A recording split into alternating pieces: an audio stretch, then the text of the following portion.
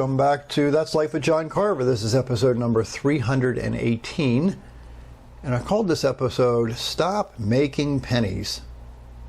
According to coinnews.net, in 2021, the American penny, which is 1 cent, cost 2.1 cents to manufacture, administer, and distribute.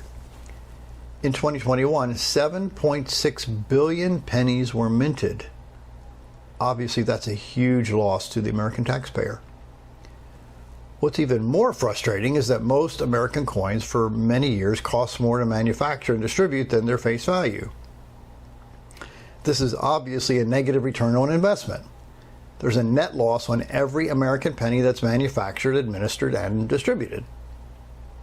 So if you use this as an analogy, consider asking yourself, what are you doing or have done that nets a negative return in time, energy, and effort? Let me ask it again. Consider asking yourself, what are you doing or have done that nets a negative return in time, energy, and effort? In my experience, there are huge numbers of people who are going through life engaged in activities that result in a negative return on investment.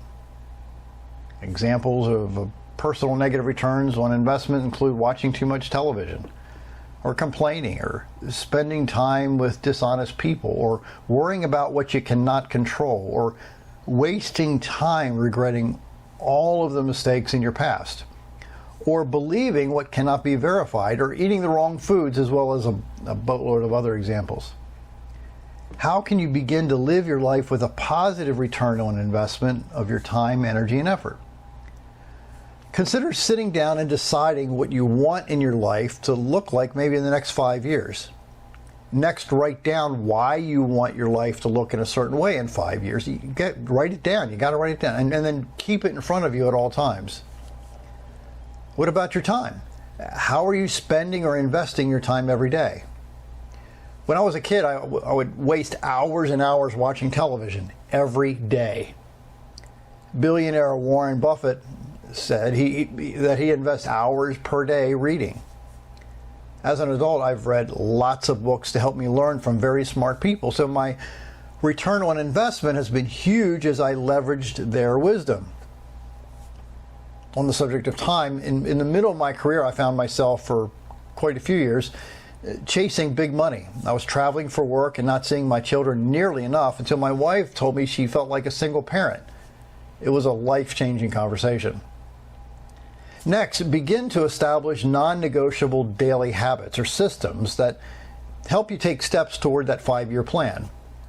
This might include getting your body in better shape daily to be able to withstand what you're going to need to do to reach your goals.